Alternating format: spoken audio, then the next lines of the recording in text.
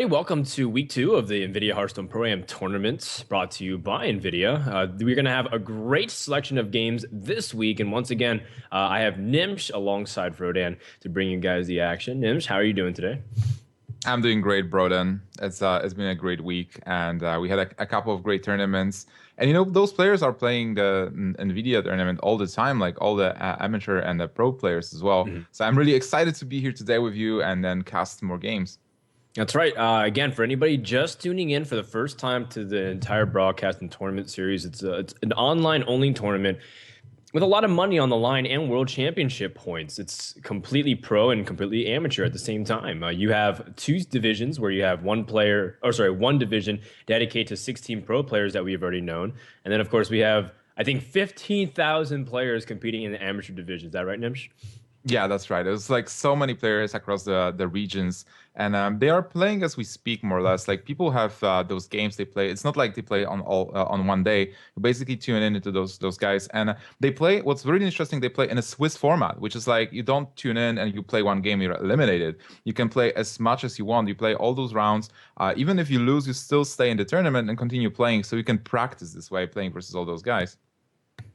Absolutely, and we have them every single week. There's rounds 1 through 8 over the next 8 weeks, ending on May 14th. So we started at the end of March, and we're going to go all the way until the middle of May. And I'm curious to see how the 5 wings released over the course of weeks end up panning out to affect the metagame, because this is, I mean, today is when Black Rock Mountain releases, but it's not out yet technically. So, Oh yeah. I don't think it's allowed for to play today. But next week will be interesting because of week one, and the following week is of week two. And basically, this tournament is as fresh as it gets in terms of watching players adapt and to test their skills.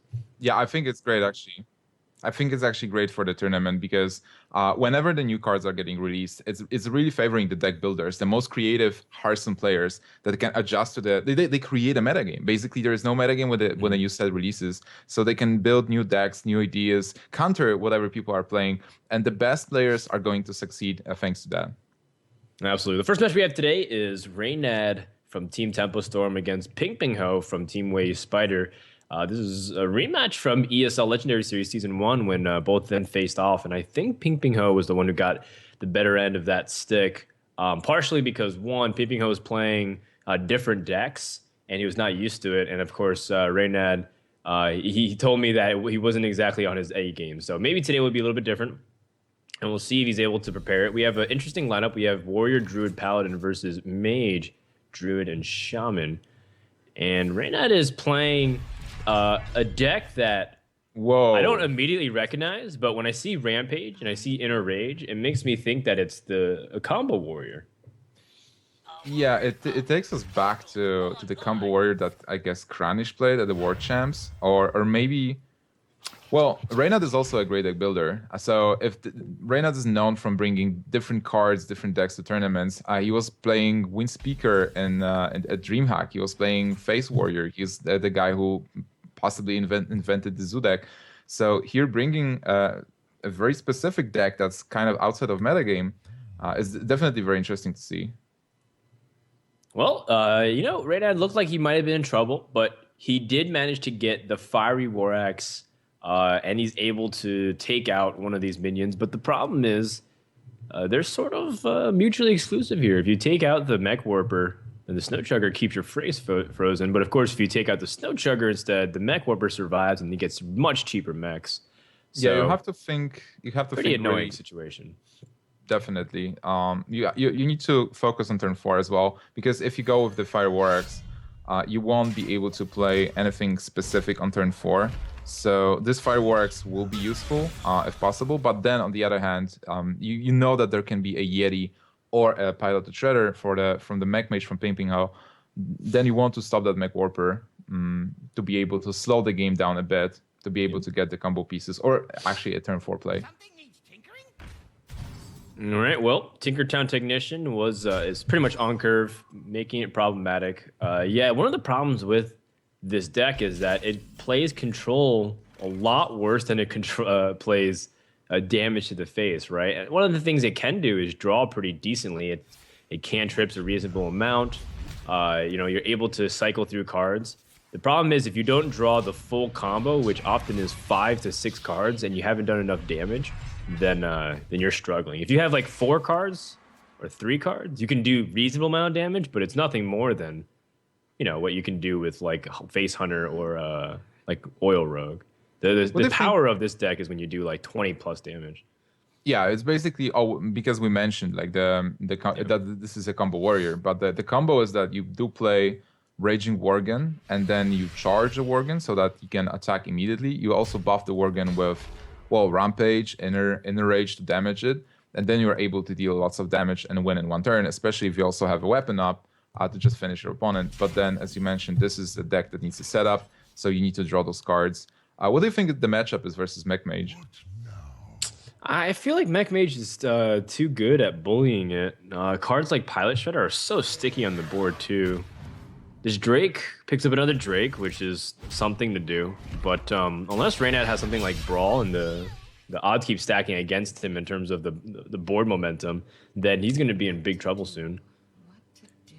Yeah, definitely. Like Mech Mage is also a deck that excels at snowballing. So if Mech Mage has the tempo and plays minions, is the one being aggressive, Mech Mage can just continue dealing damage and just keeping 30 health count, which is probably outside the range of a warrior from empty board. So right now, Reynad in trouble, being behind. He still has some card draw in hand. He has that Azure Drake. He will have the Acolyte of Pain. But for Pinpingho, it's just a great turn. He can go with Azure Drake himself. He can play Piloted Shredder even and possibly freeze. He goes for Azure Drake to draw a card. Yeah, I think trading makes sense. It does, just because. Well, he's trying to evaluate what his opponent's deck is, right? He saw Inner Rage. He also saw Slam and Fiery War Axe, and then this Drake. So it's an interesting mix of cards. It doesn't necessarily scream Combo Warrior, not yet. But at the same time, you have to be a little bit on the defensive end, right? Like Inner Rage, is that just a tech card so that way you can get Gromach? We've seen some players run that in mid-range, but it's very, very, very rare. So I think Pinpingho is a good enough player to recognize that something's fishy. Oh yeah, definitely. Also, Pinpingho doesn't have Burst in his hand. He only has the Frostbolt, so decision to trade minions for now and just keep your advantage growing is a good decision instead of just going for face and trying to finish the game quicker. Mm-hmm. It's interesting that Reynad brought this deck to the tournament. I like it because this is kind of like deck that can surprise your opponent, and it's not like it specifically countered those decks in a Conquest format. So this deck should be able to win one game, and that's basically what it has to do.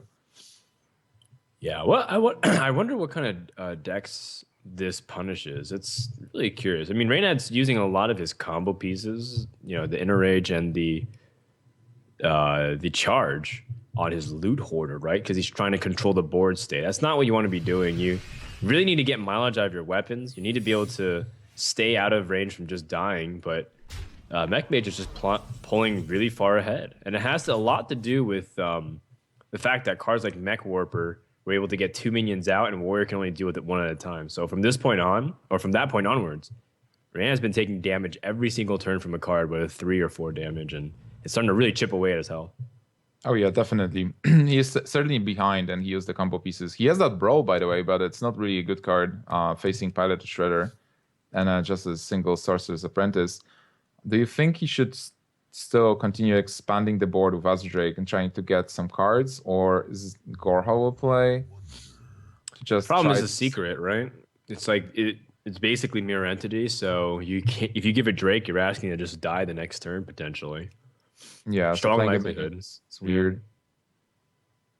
Like he's Gorhal also seems. I mean, 1 mana off to play as Acolyte of Pain and Brawl. Yeah, oh, you're right. So that can be happening next turn. If you can stabilize. I don't think it's time necessarily to hope for the Doomsayer just yet.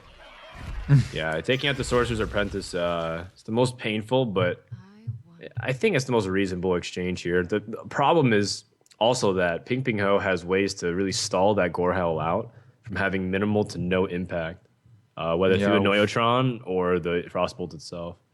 Exactly. Well, Pinpingho has all the tools to win this game right now. I think the matchup overall is not that bad because Warrior, like right now, Reynad is really in a bad position because Pinpingho was able to snowball and Reynad had to use the combo cards. But overall, I played this matchup a couple of times in ladder, and Warrior can win if you get those early answers, if you stop the Mech Warper with Fireworks, and then you are the one who plays cards. It's like you start like a Contra Warrior with Acolyte of Pain, and then you curve into Azure Drake. And if you trade fairly, then the game goes longer and you win the long game because you do have armor up, you do have all those control cards as well, and you just set up the combo and win. But in this case, this is really a snowball game from Pinpingho. All right, well, here comes the brawl.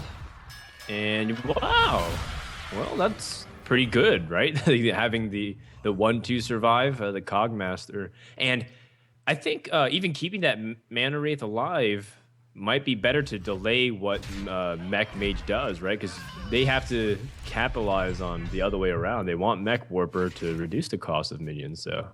Yeah. And look at that. It ends up being annoying enough that Antonidas can't come down to gather some fireballs. Well, I guess he couldn't really make it anyway. This mana Wraith really complicated this board right now. Yeah, I guess it makes sense given that even if he could play Antonidas, the Rewinder doesn't exactly do the best job of making sure that you can finish the game. Oh my goodness, Alex Straza. Yeah. Wow, that would have been so big. Now because he didn't kill the Mana Wraith, he can't play Alex Straza. But he's not dead yet, and he got a shield slam. So Reynad is somehow clawing back from this game. Right. And with Alex Straza, he can play her next turn. So the only problem right now is this Antonidas. Can Antonidas seal the game for Pinpingho? Or is Reynad going to actually escape this? Oh, but there's still that mirror entity, right? So he has to find a way that Alex Straza has to come down. But after he pops that trap... The Mana Wraith actually stopping Acolyte of Pain as well. But then again, you don't want to give Mage many more card draws. Well, I guess just gotta do what you gotta do. Or wind the Mana Wraith. I don't think that's gonna be entirely too useful. We have a small technical glitch, guys. So we're going to see, well, we see Antonidas right now, but then there is a Mana Wraith and Fireball in Pinpingho's hand. I think the real problem isn't the Antonidas or even the Fireball. It's the fact that that mirror entity is still up. Because if you the normal play here is to drop yourself down and then execute that Antonidas, and then you could put yourself back up to 15 with Alex Straza while contesting anything on the board and pressuring with an 8/8. So the Reynad's in a really awkward spot where he realistically might have to pop Death Spite in order to execute this minion. Well, actually, I think you have still a very good play. Like you can play Death Spite, you can play Acolyte of Pain to trigger Mirror Entity, attack Acolyte of Pain with Death Spite, and then play Fireworks and execute. I think you have enough mana for that. Yeah, that was along the lines of what I was suggesting. So, yeah, I agree with that. I wouldn't mind going for it. The problem is you do give a card for your opponent as well. So, attacking with that 5 weapon actually I think costs Reynad here, and he has to go really quick. All right, so he does end up going for the pop. It costs him a lot of weapons. It gives his opponent draw as well, but he does manage to preserve the amount of life. So Reynad actually used, he's shaking head, so maybe he actually saw the play that killing Acolyte of Pain was a bit better there. But then again, it's counterintuitive. You want to use that Garhal, and you are the combo warrior, so you want them to be lower on health. Especially because you play the Acolyte and you are going to draw cards from it. Well, from here, Pinpingho, he still has that Fireball, still has that Mana Wraith, but most importantly, he can pick up some draws to potentially close his game out. But he has used one of his Frostbolts, so he's limited in terms of his burst damage to kill. And the good news is that there doesn't look like to be an easy way for Pinpingho to kill off the warrior, to prevent the warrior from drawing more than 3 cards from this. And I'm trying to evaluate, Nimsh, like who's better to be drawing cards in this scenario? Is it the mech mage or is the warrior that gets more options? Well, warrior doesn't have the combo pieces because he used them, and Pinpingho knows that. So I think in this situation, it's better for mage to draw cards. So because he still has those 2 fireballs in his deck, and the frostbolts. As we see the blast mage as well. So I think warrior is winning the long game, and there's also Dr. Boom possibly. Like most of the mech mages, they play Dr. Boom. Because, warrior has to both defend himself and develop the strategy to win the game in 1 turn. 25 is a lot of health. How much damage is Raging Worgen doing? If, like, Raging Worgen charge, Inner Rage, Rampage, how much damage is that? I would have to assume that it doesn't matter as much, just because... well, you're playing as the control, but just by quick calculations, if you have 4 damage off Wind Fury, 22. Inner Rage at 6, yeah, and you Rampage at 9 attack, and charges, it's 11, so you're right, 22. Yeah. So that's why, interesting dynamic, by the way, Nimsh, is the Azure Drake gives spell power, so if you go up to 3 armor and you shield slam the Goblin Blast Mage, it actually kills it. Oh yeah, that's actually not bad. The Inner Rage, the Inner Rage actually goes to 2 damage instead. And right now, the Slam getting the combo pieces. Yeah. Slam will kill the Mech Warper. I mean, there's a way for him to almost effectively clear the board, except for a 1/1 Acolyte of Pain, which he's just going to draw cards after that anyways. So I don't think you can really stop that from happening. Well, does he want to slam the? Does he want to slam the Noya trying to draw a card? Might be worth evaluating. Well, I think Mech Warper is a bigger threat. The thing is, like, if there is a fireball in hand, which we see there's 9 points of damage incoming. Did he want to enrage the Acolyte? Yeah, he wanted to do it to stabilize and not die to fireball, because he forgot that there's a fireball in hand. So Reynad actually dies to information he knew. Unfortunately, because he was just a little bit too slow. The rope was able to kill him off here. And that's how we wrap up the first game. Rope Ned makes his first appearance of the day. Isn't it like the 3rd time Reynad's got roped in a tournament setting? I haven't kept count just because I want to protect my sanity. Sometimes as a person that roots for Reynad, but I have to imagine that it's happened at least multiple times, right? Like, I think 2 or 3 come to mind. All right. So for Reynad, the warrior is still on. We are going to see more of this warrior, hopefully.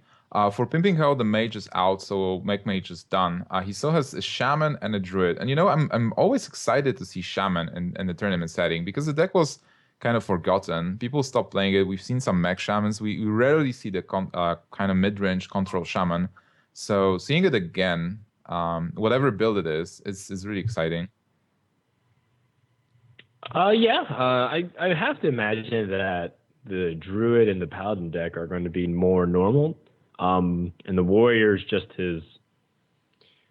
I don't know, Reynad's always had a thing with using warrior and hitting people in the face. I've never truly agreed with it in competitions. Even dating back to DreamHack Summer when he was trying to play in the top 4, and I was like, I don't think you should be doing this. And of course, he consequently lost to a Fan of Knives from RDU. And from that point on, Reynad hasn't brought face warrior to a tournament. RDU broke his soul. I don't really dig this combo warrior too much, but I think it is cool. The reason why I don't dig it though is because I don't know what it beats necessarily. Normal combo decks are supposed to capitalize on really slow control decks. Like if the priest gives a lot of time for the warrior to draw cards, then yeah, like maybe it dies from 20 health because warrior just has a lot of burn. But how often are you going to run into that when you know that your opponents can play face hunter, can play the mech mage and the fast druids? It seems unlikely that you're able to pull it off. I think it should be good. Maybe I'm just a doubter, though. I don't know. No, yeah. I think you are a doubter, kind of, because Rogue doesn't have that many taunts, or even no taunts sometimes, if there are no such belchers, and Rogue is really popular in tournament format. I think this warrior should be good versus Rogue. Then versus, let's say, combo druid, if you win versus, they combo out if you don't have the taunts. Like if you deal with Druid of the Claw, combo druid doesn't run that many taunts as well. And it's an interesting thing because normal warrior is better versus druid. So I think this definitely has some place in this metagame. And the surprise factor is also very important. And again, it's not that deck you really counter to win against.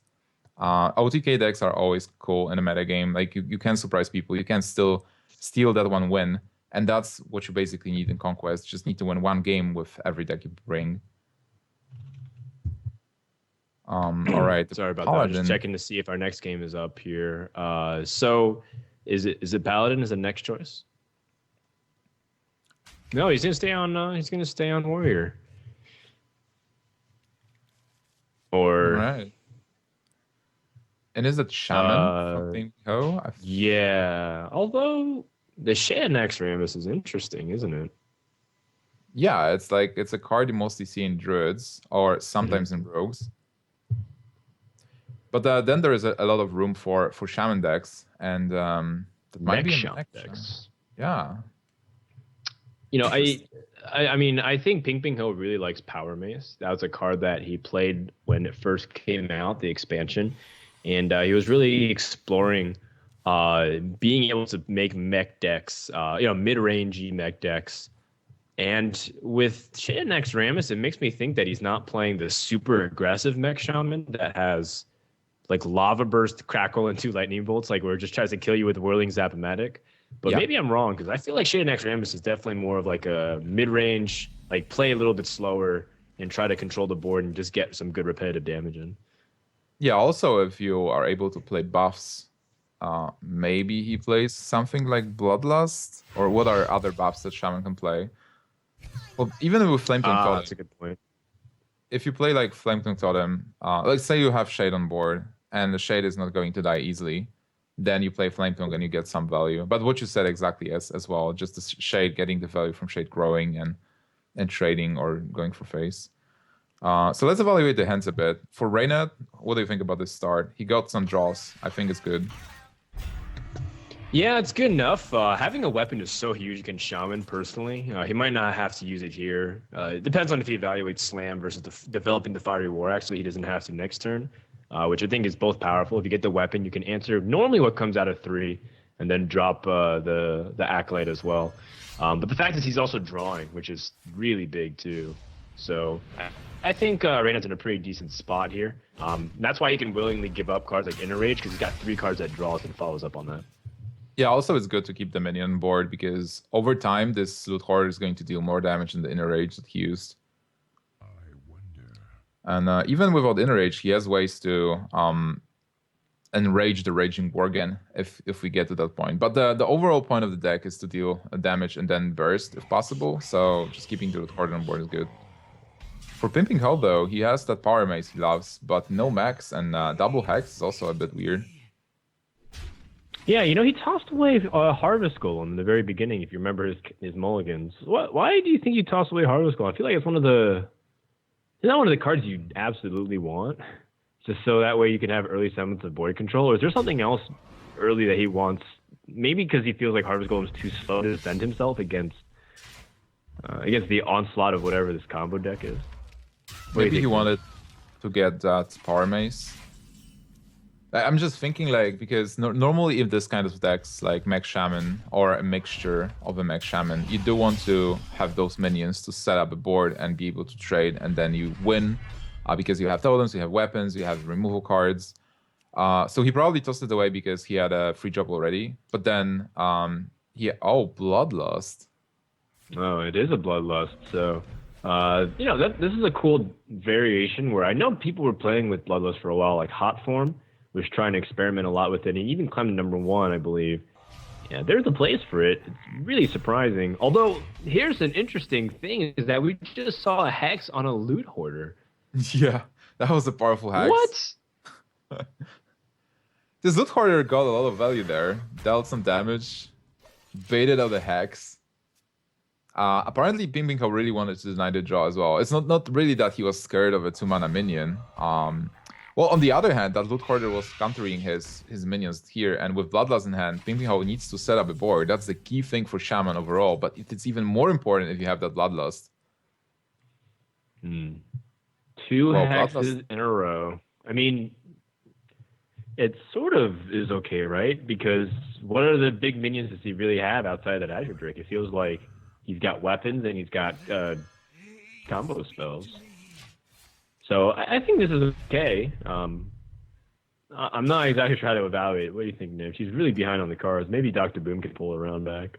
I think it's actually okay, because Pinpingho is trying.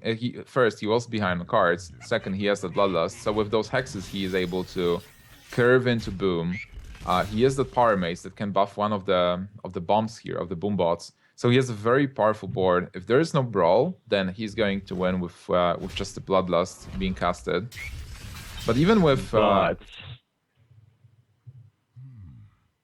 Brawl, he still has minions. Like he has the Spider. This is a very interesting game. Yeah, I feel like it's really scary about the possibility that Dr. Boom survives the Brawl. Because if he survives the Brawl, then how do you actually deal with him? Armor up. Well, you can attack into Well, you can deal with him now, but you can't Brawl at the same time. You can Shield Slam Dr. Boom and draw a card. Yeah, but on the other hand, you are getting a good chance. And if you slam the Spider, then what? It's like 6 minions. This is 1 in 6 that Dr. Boom is going to survive. That's a really low chance. I think you can actually take it. But look at the situation. Like, Reynad is behind again. Like, Reynad seems to be defending with this deck too much. Yeah. Until he Alex draws his opponent and then threatens to combo. It'll be really interesting to see if that ends up being the case here. Wow, really good fortune here so far for Reynad, hitting the Acolyte for 1. Imagine if the Acolyte survives. Just absolutely destroying the board here. And it's actually going to survive. Oh my Are you god. Serious? What? And 1 damage as well from lucky. Boombot? Yeah, 1 damage to the face from Boombot. That was the worst possible scenario. That was actually the worst. Reynad. Well, yeah, for Pinpingho, but normally we don't focus on the player getting really lucky here. It's the person that doesn't or never gets lucky. I can't believe that. Wait, was Reynad always this lucky in tournaments? I mean, he won't admit it, right? He'll still call himself the unluckiest player, or maybe he hasn't. Maybe he finally moved on and realized that even a stopped clock is right twice a day. Yeah, it seems like Karma definitely is returning to Reynad in this game. Right now he has all the tools. Like, he still has a lot of health. He has a powerful minion. He's going to deal with this Chasm Mystic. And the Pinpingho only having that Alakir and Bloodlust that does nothing on empty board. Well, he gets Pilot Shredder, that's something. But he's really good on cards. It'll be one of these things where Reynad's still salty because he's like, of course it happens to me when it's like a low pressure, not like a super intense environment. It's not like for a top 4 of a tournament, but more of like the preliminary group stages where it's definitely more fun oriented as opposed to like tournament defining for a big run of $10,000. So that's probably what's going through his mind right now. He's probably salty that it happened the way it did. He looks a bit salty, actually. He does. Or maybe he realizes, like, he's also one of those guys where it's like, if he wins without, outthinking and outplaying his opponent and just through sheer, like, luck, so to speak, he's a guy that also is not really satisfied. So there's that, too. By the way, it seems like Reynad has lethal with this Alexstrasza because Pinpingho can't deal with it. He just needs to play those taunts, but Reynad has the ways to deal with the taunts with minions. Just have to... Let's see. You just have to get through with like shield slams and weapons and slams. Oh, he gets Worgen. Ooh. Yeah, but cool. Even without Worgen, it was easy with shield slams, as you said, and just slam the totem and weapon up, enrage, like whatever. There's a lot of ways to BM. You have so many cheap cards here. Enrage Alexstrasza, rampage it, give it charge. You can do a lot. And, you know, bottom line, Reynad wins with this deck. That's what it's supposed to do. Win one game. It's not supposed to sweep the series. It takes out the Shaman deck. And I guess, once again, he makes a case in a campaign against what I recommend or don't recommend to bring in tournament. Because he was telling me he was digging this deck recently. I was like, you know, I'm not sure, sir, Andre. But he wins, again, with it. So, you know, props to him. As I said, like, he's a great deck builder. Versus Gnomes. Definitely. It's the last day of GVG. Everyone's hyped about BlackRock Mountain. They're like, okay, let's just move on from the final day of competition, and you know.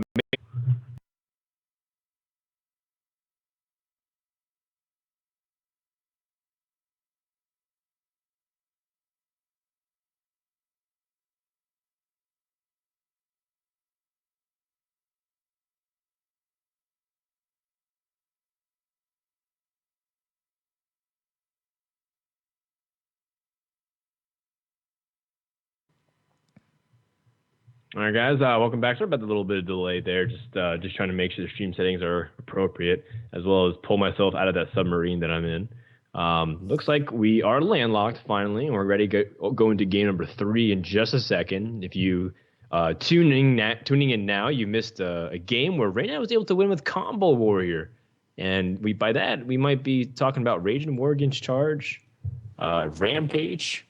Cards that you might have not even existed in Hearthstone if you just started playing and been trying to copy decks like Mech Mage and, well, Fast Druid. Well, that was definitely impressive play by Reynad and a very cool deck to watch. I'm a bit sad that we are not going to see more of this deck because right now it's locked and won a game. But we're going to see more of the Mech Shaman. Is it Mech? It seems like a mixture that the Shaman that Pinpingho is playing with both Mechs, Power Maces, and cards like Shade of Naxxramas and Bloodlust, and well, we've seen Alakir. Maybe he plays Neptune as well. Yeah, I would have to imagine that he likes playing Neptune. That's a card that I've seen him toss in multiple times. So, well, we'll see if that ends up being the big influential factor here. One of the things about Neptune is just that as Shaman, especially if you're playing cards like Zombie Chow, a lot of times the hand quality or even the draw quality off the top of your deck in late game scenarios can be pretty thin, considering that you have a lot of cheap spells as well. Wild Growth on turn 2. Reynad is on fire in terms of his draws and his RNG outcomes this series so far. Just to finish off on the point, though, without getting too long-winded and everyone, resident sleepering me. The fact is you have Earthshock, Crackle, those cards are really cheap and easy to dump. And Neptune is one of those cards that takes a lot of mana, sometimes up to 20 mana if it costs that much. So because you have such a good abundance of cards, it keeps your Steam going. And people don't really think about it too much because they underestimate the power of those little Murlocs. Yeah, also the thing is that it replenishes your hand. So Shaman previously was using Mana Taint Totem to get some cards, and with Neptune you do establish a big body on board, and you do get those small cards. We've seen some weird wins with Murlocs before as well. Well, Reynad gets the Harrison Jones for the Power Mace. That's also super powerful here. Yeah, that's really nasty. Considering that now he can even protect Harrison Jones from the Flame Tongue Totem that potentially can come out, or even just Rock Biter directly. And taking out that Zombie Chow is so big because now Sludge Belcher and Harrison can rule the board in time for Ancient of Lore to be safe. And that way, you won't fall too far behind if a Hex Tempo play comes out of your opponent. Oh yeah, definitely. A very good position for Reynad. But overall, this matchup is kind of even. Right now, Reynad has an advantage, and this might prove deadly for Pinpingho because if Druid keeps the tempo, keeps the advantage, he gets that damage in and then wins with the combo. But overall, it is kind of like an even match when it goes card for card. But here, Reynad was able to dominate the early turns. Yeah, that Sludge Belcher again, really problematic. It's just that the stats are almost perfect for it. Pinpingho can play Defender of Argus with this Annoyotron and put a pretty reasonable response. What do you think? What about hexing? You can play Defender. I like the Defender, as you said, but hexing could be good. It's just that I think this bolsters your board a little bit better, don't you think? Yeah, but you're still going to lose this pilot shredder to the Yeah, token. it's true. With Hex, you could Hex the Sledge Belcher and then play the totem and save the cards. And then maybe next turn, coin Neptulon. There were some options, but I think like Defender Vargas was the best play. I definitely agree there. Oh, wait. Doomsayer. How do you deal with this now? Oh my. Can you? I mean, The karma is there switching. really an incentive to deal with this? Not really. Reynad doesn't develop his board, but at the same time, Shaman does give up a few things. Like Reynad would have to uncomfortably deal with this Annoyatron. Who comes out ahead of here? I guess Shaman, because he can take initiative on the board. Yeah. Yeah, because normally Reynad would, if this would be a 1-1 or like a 2-2, Reynad would be able to deal with board and then establish on something bigger on his side. But with the Doomsayer, the board is getting cleared, so Reynad is losing the initiative. And now it's turn for Pinpingho to develop the first minion, and Reynad will be the one who is reactive. That, by the way, is always why you want to sequence by killing the Pilot Shredder first.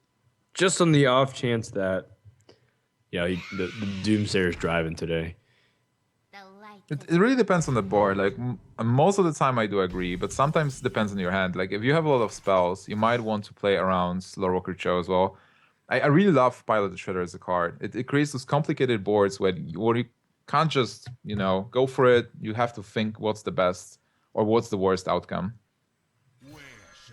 We've seen cards like Mana Wraith destroy boards and situations for players, or even like Weblord being very annoying for others.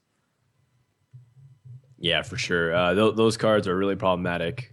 But, it seems like Reynad being able to drop and fill out his mana curve on turn 8 is pretty decent response, considering that his opponent doesn't have an easy way to seize it back with Lightning Storm and clear the board. Fire Elemental, pretty strong. Allows him to clear, but still costs him a minion as well, so it's not exactly the cleanest of exchanges. But he is getting back. He is slowly getting back, and it seems that Reynad has such an advantage, but right now it's kind of even. With big cards like Neptulon and Scenarios in both players' hands, Hex will also be important. Maybe Pinpingho is actually tempted to Hex here and play Power Mace. Is that a good move? There's no Max in hand, but Power Mace allows him to contest anything that comes out. I feel like Fire Elemental does the same thing, but puts a 6/5 on the board, but you do give up your 4/3. It's like you said, though, the Scenarius is the one that should be getting hexed. Oh, there is a big game hunter for the upcoming Neptulon. That might be the game-changing card. Yeah, that's huge. The fact that you can seize back not only the 4 mana that you gain directly from the cost of playing it, but also the 3 overload. And be able to squeeze in Ancient of Lore if you're playing Scenarius this turn. That's so big, honestly, if that becomes the case. Do you agree that Big Game Hunter is the most powerful card in the game? Like recently, I've seen this fan art where there is that Deathwing, Ragnaros, like Alexstrasza, Dr. Boom, and then there's this small Big Game Hunter just smiling. It's like, yep, that's my loot. I think someone compared what a Big Game Hunter would look like to Ragnaros in World of Warcraft, and it was one of the most hilarious pictures to scale that I've ever seen, because it's almost like an ant to a human, right? Like Big Game Hunter, but Big Game Hunter just comes out and shoots Ragnaros once and he dies. That's sort of what the Big Game Hunter does. I'm not sure if it's like the most powerful card in the game, but it definitely is one of the most deflating cards if you're trying to play big minions and have fun. I have fun in my sights. Yeah, so the saying goes. Hexing Scenarius is definitely the best way to deal with this. If Reynad draws Force of Nature or Savage Roar, though, right? Is that lethal? No, he'd be 1 damage off. With 4, yeah. Well, actually, it's 1 off. Still, the game is really close here. So for Reynad is not threatened at all by this board. He still has 30 points of health. He knows that there is a blood. Does he know that the Bloodlust is there? He doesn't. The Bloodlust I was don't never think casted. so. Yeah. Still, even his opponent has Bloodlust at 7, 9, 22. Ooh, Toshli. That's an interesting card. I love Toshli. I love the Yeah. fact that it made it back to the metagame. Well, actually, it's the first showing of Toshli. Some people played it in the beginning of GVG, but then it kind of got dropped. But now it's really back in Druids. Yeah, that shade is getting really scary too. It's getting to the point where it almost doesn't matter if you put up like a taunt totem because Stack Shade will grow in so much power in the next 2 turns that he just will always be threatening lethal. So Pinpingho is working on a very limited clock, even though we know that Reynad doesn't have the full Savage War Force of Nature combination. He might as well be dead if he can't play around that because he's always on a draw to lose. What about playing Alakir this turn? And yeah, there's a couple of combinations. Like if you play Neptune, you won't be able to play Alakir. If you play Alakir, you're kind of giving up Alakir for nothing. But you can you can deal 6 damage to face. You can kill the the keeper. Yeah, the problem really is that Alakir does nothing on the board other than kill off this Keeper of the Grove. Not to mention that it gets contested pretty easily. Well, if you kill the Keeper with the weapon, you keep the shield. So then you force your opponent. Like, you basically protect yourself from the combo, and you do deal damage. Ah, I see. Besides that... Yeah. It's about the same. Yeah, other than it's like slightly negligible because you don't take damage to the face. Whoa! Oh my goodness. That's a nice top deck, Reynad. Whatever you ate for breakfast, keep doing it. Yeah, it seems that how you works. woke up, how you put on your pants, how you did your hair, and what side of the bed you woke up on. Keep doing that because if you're drawing like that, you can't be stopped. And Yeah, he doesn't right now he flinch. doesn't even need the combo. He's using up all of his monthly RNG, Nooch. Well, really monthly RNG. We just started April, so it might be troublesome. Oh, is this like Blizzard trolling because it's April 1st and it's like, haha, you might actually have good RNG. Yeah, Blizzard artificially bumped Reynad's RNG to just make fun of him. Seriously? Gosh. That would be cruel. Well, still in great shape with the Shade, with Big Game Hunter. He is searching for that Savage Roar just in case, but he doesn't really need it here. Yeah, he's Pinpingho is overloaded, like you said. This Colette Oracle is such a big act of desperation, but Reynad looks like he's going to take this game with Druid. And I felt like Shaman had a really good chance to out-tempo Druid, but that Wild Growth start was so significant to having Reynad play out his curve the way it did. Because you could see that he needed his mana pretty much to pressure Shaman out of the game. Yeah, even with a Doomsayer getting Pinpingho a chance to get back into the game, Reynad was still able to continue on the early advantages to build up. And I believe that should be game as long as he just swipes in Force of Natures. That's more than enough. Oh, surely now, but just for extra good measure, you're gonna be able to completely destroy Pinpingho's board almost. And just go for the win here. So Reynad takes game number 3 and starts off excellently to this best of 5, putting Pinpingho on elimination for the series. That is not from the tournament. So now the question is, does Pinpingho take Shaman again? You just lost 2 games with your Shaman, which is a very interesting build, a cool deck. But then, do you just change it now? What's the last deck for the Reynad? That's a Paladin. So, well, I would not like to run my Shaman into a Paladin deck with, all the consecration stuff, especially with like weapons, minions that can trade with my minions. So I would shake things up a bit. But then some people tend to just continue with the same deck because he still needs to win with that Shaman. And he's going to face that Paladin, and that's the only deck he can face. So do you just continue with your streak, or kind of losing streak, or do you just try to get a win with Druid and then put Reynad in a position where it's a life or death 5th match? Yeah, I guess if it's Paladin, you should just go with your best shot. But Paladin looks good on paper against both Druid and Shaman, especially ones that play more control. And maybe if you're playing the aggressive mech Shaman, if you're playing like a hyper fast token Druid, maybe you can compete with the Paladin. But I feel like Paladin just has a really good edge in both matchups here. And the problem isn't that you have to eliminate Paladin once, but you have to beat it twice. Like both these decks Yeah. have to beat Paladin. So you might as well get grinding. I would go with Druid because I feel like it's actually I feel like it's considerably better against Paladin than Shaman is. But it doesn't really matter ultimately, right? You just have to queue with whatever you want the series score to be. If you want to be 3-1 because you want to move on because it's lunchtime, then go. If you want it to be 3-2 so that way you can salvage your ego, then go with the Druid first. But either way, you have to win with both if you want to win the series. Yeah, like from the strategy standpoint, it doesn't matter much. But then the psychological thing is important, that you go into the game number 5 as a winner. So taking the Druid. Also, you want to show your Druid. You want to play with Druid at least. Just not having a chance to play your third deck might be upsetting. So here for Reynad, he starts. Well, that's a good start with Zombie Chow. He can be aggressive here. With Paladin, we discussed it last week. But Paladin in this matchup can be both aggressive or defensive. Really depends on the playstyle and the cards you're playing. Some of the Paladin builds, they run Defender Vargas. They're a bit more aggressive. Some of the Paladin decks, they run like maybe double A on hands. And they're a bit more control-ish. Like all the Paladin decks are mid-range, but then they are like a bit more aggressive, a bit more control-ish, depending on or like 4 cards you can change.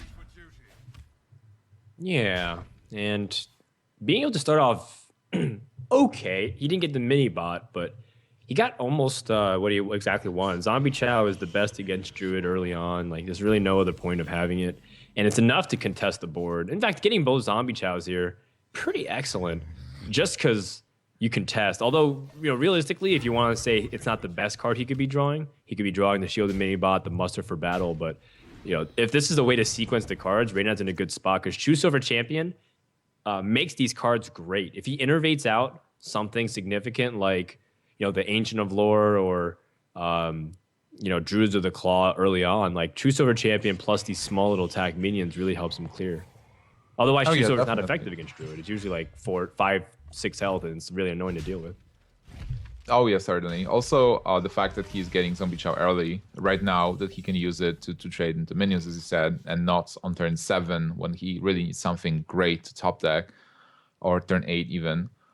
He gets a Shielded Mini Bot, and what you said, the True Silver Champion is one of the best cards versus Druid as a Paladin, because you can trade with those Druids of the Claw and then bigger minions using your smaller board. Also, I like the fact how Reynad was able to develop the board early, like just play a couple of minions and try to maybe force a bad swipe, because this is not a board you want to swipe. Like swiping Zombie Chows and a couple of 1/1s in the early game is not great.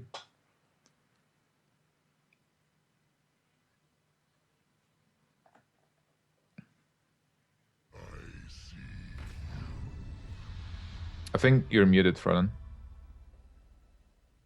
Sorry, I was like trying not to sneeze and stuff. The Sylvanas will also prove to be a pretty big problem in the next couple turns as well, assuming that Reynad doesn't control the size of the board here. But really, Druid's supposed to be trying to seize tempo as their way to get back onto the board. But just look at how much power and resilience it is. It's like, this really is one of those like boards where you really wish that you put Poison Seeds and Starfall in your deck, because how else are you supposed to clear it as a Druid without like 2 swipes? Yeah, there's nothing the Druid can do, and that's actually an amazing line of play that Reynad took here. The Zombie Chows can heal Pinpingho, but Reynad is just going to continue playing minions and having an advantage. Dr. GG is getting dropped by Pinpingho, a very good play. Whenever it's green, you have to play it. There is no way around it. So how does Reynad react to that? Okay. Well, That's a way. that's pretty much the best way to deal with Doctor sort of big game hunter, I think, from the Paladin side. Just has to make sure the combat math makes sense. In fact, see, if he plays the Alder Peacekeeper, he can't True Silver. So True Silver makes it a little bit more complicated. True Silver would make the board clear a lot easier. Juggler is not doing much as well. Yeah. See, how is he going to trade this down? He doesn't have consecration either to make it simple. Well, he can also just do it. Like Aldor, I think he has to play Aldor this turn, and then maybe just create a dude. Yeah, sure. Trade with the minions first. Makes sense. It's a bit annoying that he's going to heal his opponent right now, because Pinpingho had 17. How much damage Reynad had, by the way? It's like 5 plus 5 is 10. He was 3 damage of lethal.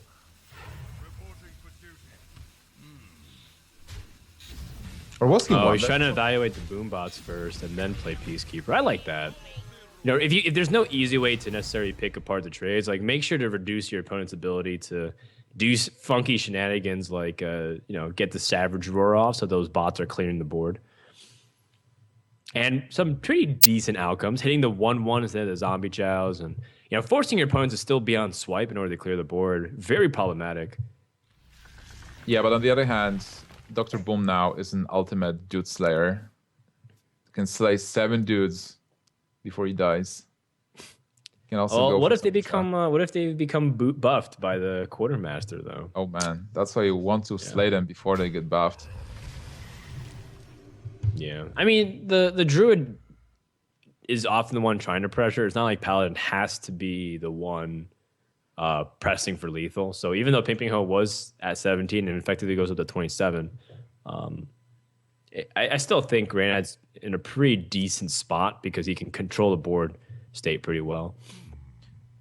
If you look at the board, like really, Reynad has only 4 cards, and it's not that he's close to killing his opponents.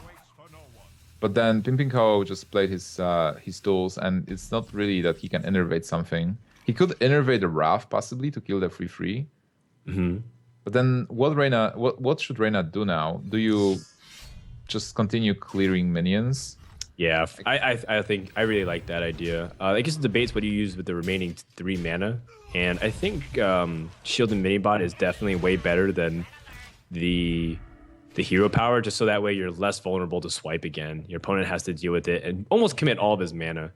And now that Pinpingho didn't innervate Wrath, it sort of cost him. The fact that he really wanted to save it, maybe generate tokens, or perhaps play Scenarios and swing a turn, has now allowed his Ancient of Lore and Dr. Boom to get wiped off the board for a scenario that he's still in a really awkward spot because whatever he develops gets challenged once again pretty easily. And Reynad still has a decent pair of cards. Knife Juggler is really deadly when you have Sylvanas also to back it up. So I think Pinpingho's in a pretty awkward spot still, despite feeling like he had an opportunity to stabilize with Boom and Ancient of Lore. Yeah, it's really hard to come back as a druid. He does have these scenarios that he can play, but he also kept this innervate, as you said, not using it for a Wrath. Maybe because he wants to play Violet Teacher and then innervate Druid of the Claw. But then it's a really passive play, and you have to think about equality. And the Juggler, as you mentioned, is very powerful. Also because there is Master for Battle somewhere in Reynad's deck. 2 copies of it, I believe. Unless he actually cut it, being a deck builder he is. I doubt it. Wrathing for 1. Trying to reevaluate off the draw. Second Violet Teacher. I mean, you could put both of them out, but you really have to act quickly. All right, so he's going to innervate, put Scenarios out. Very reasonable, but still, problem exists on what happens if Druid just loses control of the board. By the way, playing double Violet Teacher after casting Graph would be one of the most awkward plays I've seen. Yeah, for sure. It can happen though. People are getting stressed, and they have different plays in mind, and Raft is changing the hand quality after the draw. Yeah. Another Black Knight top deck. Yeah, I mean, it's kind of like an SA7 agent, but juggling on the Scenarios was perfect. That was huge. Wow, Reynad. Who are you and what'd you do with my boss? I don't even know who this guy is anymore. Perfect whoever juggles, this guy is, he's really good at Hearthstone. winning the brawls and the Boombot RNG on the Acolyte, getting the Black Knight perfectly. 2 times. He's definitely very good at this game. Did I die? I don't even know anymore, man. Yeah, Frodan, you died and this is all a fantasy. You're just imagining things. I'm looking out my windows for flying pigs. I don't see anything, but I This wouldn't is be not the surprised time. at this point. Pigs to fly yet. Taunting Sylvanas, very nice. Whenever you are behind, it's good to play Sylvanas. And Yeah. there's board. And then Pinpingho is not Whoa. in that bad of a shape. Oh, Oh. man, Tyrion to come up in the next couple turns. If he had 10 mana, it would have been almost a date with destiny. It's like today is Reynad's day. But I don't really think it matters. Reynad has to make sure that this, wow, nice, trades down so that way he doesn't die to the combo, right? So he Yeah. kills both of these minions off and just goes back to business. And he has Tyrion to follow it up. And he has the Sylvanas as well, which is very annoying for Druids to deal with. Normally you do silence it, but it's not like Druid is going to have a weapon. He already used the Wrath.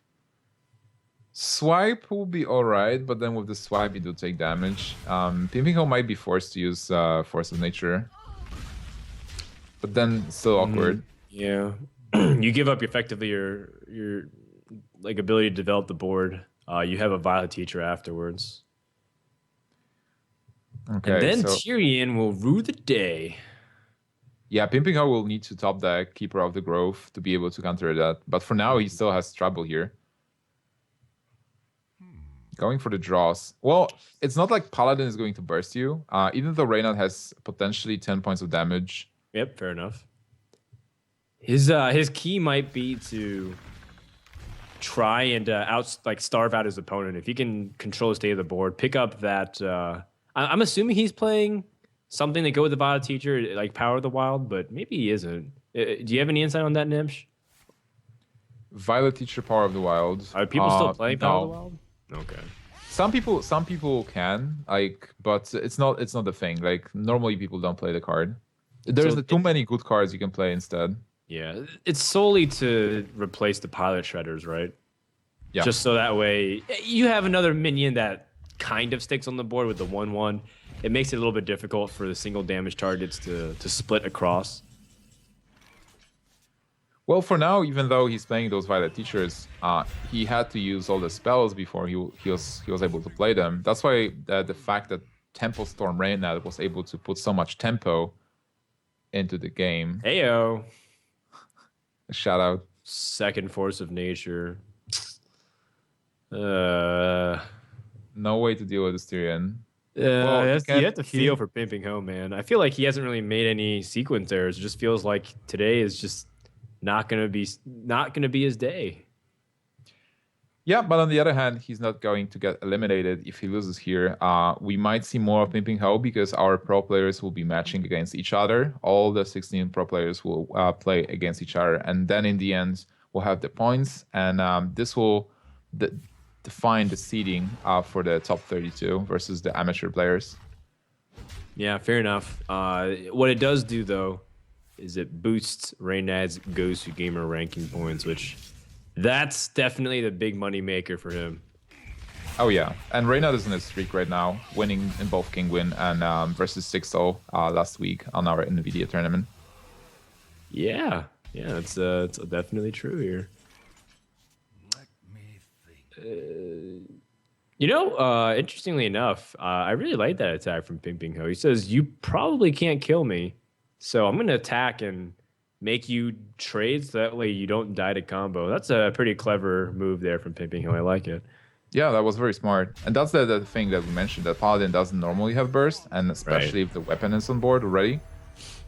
Reynad had to trade, and he is really low, actually. If Pinpingho is able to stabilize, and by stabilize, I mean swipe. get that swipe. Just needs to get that swipe. Swipe will be huge. That's not a swipe. Well, that's not bad as well. He can Double Drew the Claw. Allows him to put up a wall, but it still dies on board. To whatever's there. I mean, two Drew the Claw gets contested. Yeah. Where shall I strike? Where shall I strike? Well, double Dread of the Claw is going to... Well, that's actually pretty nice for Pinpingho. Whoa, Consecration. Wait, that should be lethal then. Or not really? Let's count. No, it's So not, if you, okay, so he'll be a few points damage off lethal. Equality was lethal. There's only one in the decks, I think. So the funny thing is that Reynad can't really kill those Druids of the Claw, and if he does, he is getting in range of combo. So he might actually play True Silver here. That's really weird, but that might be the play to keep himself. Wait, like even if he plays True Silver, he's still dropping to 14. So whatever Reynad does, is either Druid of the Claw survives or he gets down to 14, which is combo range. Pinpingho still has a chance to win this game. yeah, it's not over yet. It's because it's still a little awkward on both sides here. That's the part of the Druid. Like if you don't kill the Druid, if the game goes long enough, he has a chance. So Pinpingho is the Savage Roar. I think Reynad's already assuming he does have it. And what a way to go if that's the case here. I mean, Pinpingho still needs to draw it. 2 out of, 14? He didn't get it. No, he didn't even swipe. Does he even play swipes in his deck? He probably doesn't think so at this point. He's going to be walking over to Roger and be like, did you take swipe out of my deck? Because that's what it feels like with, he drew so much, right? He had Wraths and 2 Ancient of Lores. And, so many ways to cycle through, but he also mulliganed, right, to try to get the right draws. And normally you want swipe, so that way you can answer muster for battle. Yeah, I think he actually plays swipe. I can't see a reason not to play swipe. Like even if he got the Violet Teachers, you still do play swipe. It's not like you got swipe for Violet Teachers. Yeah, you're absolutely right. I was just saying that, like, because sometimes the joke was like, when you're playing with your friend, you take out his Auctioneers for Wisps, and then they play Miracle Rogue, and there's no Auctioneer, so it's pretty hilarious. It feels like one of those moments where not everything, most of the things went wrong for Pinpingho. A few good scenarios here and there, but overall, it felt like Reynad got the better end of the deal, and he's going to take the series 3-1. And improves to, I believe, 2-0 or 3-0 in NVIDIA. I think it's 3-0. He actually won his match on Monday. That's right. He beat Strife Crow, I believe. Oh, wow. What do you think about that, Nimsh? Well, if he got the RNG similar as to today, I can definitely believe that. But wow, nice. Touche. Shots fired. He did get very lucky. But one thing you do have to tip your cap towards is the fact that this guy had the balls to bring Combo Warrior again, because I was told that he brought the Strife Crow series and beat him too with it. So he brought Combo Warrior again and won on the last day of Goblins for Gnomes, where it's like maybe he played it because he didn't care as much, but that's also a really fun thing to try and once again innovate a little bit more just before the final breath. Before Black Rock Mountain Hype releases. So I've had a pretty good time so far, and we're just getting started. Who do you have coming up next, Nimsh? So next we will have Dog versus Tyson L. And I'm always confused. Tyson L, is he from the Netherlands or Holland? We'll find out. Maybe we can ask him in an interview. It's going to be coming up right after this commercial, guys. So don't go anywhere. More from the NVIDIA Hearthstone Pro-Am Tournament continues right after this.